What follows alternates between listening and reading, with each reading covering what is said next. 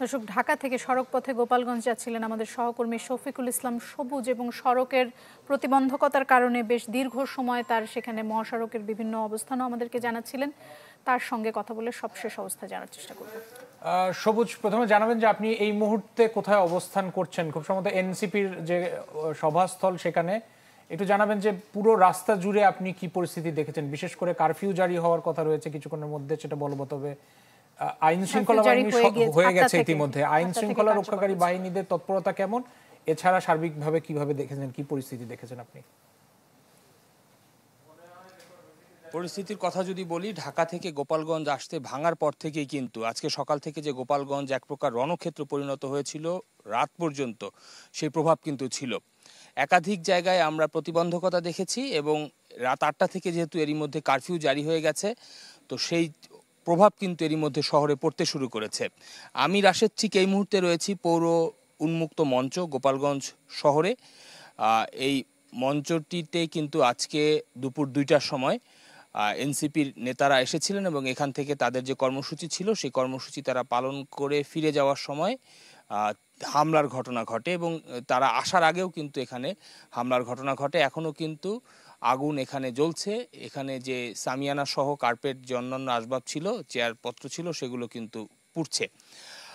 এখন ঘড়িতে বাজে রাত 10টা কিন্তু পেরিয়ে গেছে। 8:30টার পরপরই কিন্তু বলা চলে গোপালগঞ্জ শহর আওয়ামী লীগ এবং নিষিদ্ধ ছাত্র সংগঠন ছাত্রলীগের নেতাকর্মীরা এই রাস্তা থেকে সরে গেছেন এবং যেহেতু 8টার পর থেকে কারফিউ জারি হয়েছে এবং কারফিউর পর জারির পর থেকে কিন্তু প্রধান সড়কে অর্থাৎ মহাসড়কে যে সড়কটি ভাঙা থেকে শুরু করে খুলনার দিকে গেছে এবং গোপালগঞ্জ হয়ে যে সড়কটি গেছে গোপালগঞ্জের মধ্য দিয়ে, এই সড়কে আমরা বিজিবি এবং সেনাবাহিনীর টহল দেখেছি। কিন্তু মূল শহরে এখন আমরা যে অঞ্চলটিতে রয়েছি, যেমন আমার ঠিক উল্টা পাশেই হচ্ছে জেলার দায়রা জজ আদালত, এর পাশে সার্কিট হাউস, ডিসির কার্যালয়। তো পুরো রাস্তায় কিন্তু যে আজকে সারাদিন এখানে যে এক ধরনের ধ্বংসস্তূপ বা রণক্ষেত্র ছিল তার চিহ্ন কিন্তু রয়েছে। আগুনের পুড়ে গেছে। তারপরে বিভিন্ন রাজনৈতিক দলের যে তোরণ ছিল সেই তোরণগুলো কিন্তু মঞ্চ রাস্তায় প্রতিবন্ধকতা রয়েছে। তো সব মিলে যে সারাদিন এক ধরনের ধ্বংসযজ্ঞ পুরো অঞ্চল জুড়ে চলেছে, ধাওয়া পাল্টা ধাওয়া হয়েছে, পাল্টাপাল্টি হামলা হয়েছে, তো তার রেশ কিন্তু এখন এই শহর জুড়ে রয়েছে। এবং এখন পর্যন্ত কিন্তু যেহেতু একাধিক প্রাণহানির ঘটনা আমরা এখানে জানতে পেরেছি, পুলিশের পক্ষ থেকে কিন্তু আনুষ্ঠানিক কোনো ব্রিফিং আমি আসার পরে শুনিনি। হয়তো আমাদের অন্য সহকর্মীরা সেই ব্রিফিং কভার করেছেন। সুলতান মাহমুদ আরিফ ছিলেন সকাল থেকে গোপালগঞ্জ শহরে এবং মাইকে কিন্তু ঘোষণা করা হয়েছে যে আজকে রাত 8টা থেকে আগামীকাল সন্ধ্যা 6টা পর্যন্ত এই গোপালগঞ্জের মানুষ যাতে অতি প্রয়োজন ছাড়া রাস্তায় না বের হন।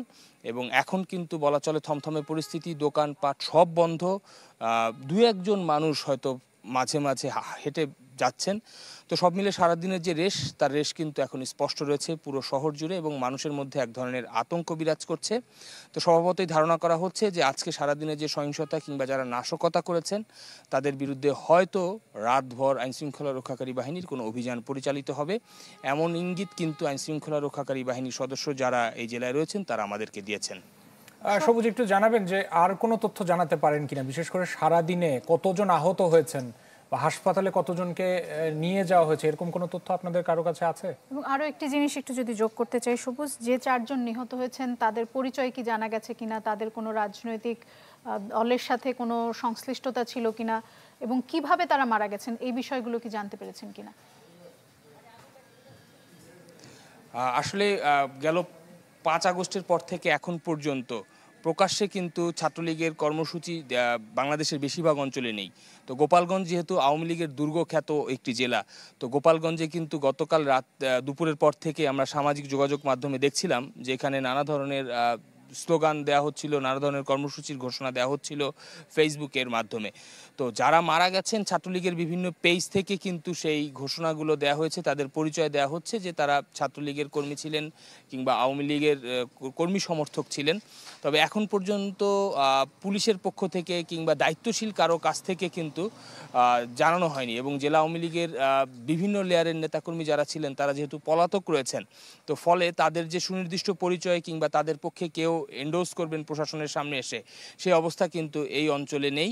তবে জেলা যে 250 শয্যার যে হাসপাতাল রয়েছে, সেই হাসপাতালের যিনি আবাসিক সার্জন চিকিৎসক রয়েছেন, তিনি যে তথ্য দিয়েছেন 50 জনের মতো সেখানে গেছেন এবং 15 জন গুলিবিদ্ধ অবস্থায় গেছেন এবং তাদেরকে বিভিন্ন হাসপাতালে এখান থেকে প্রেরণ করা হয়েছে এবং কয়েকজন এখানে এখন চিকিৎসাধীন রয়েছেন।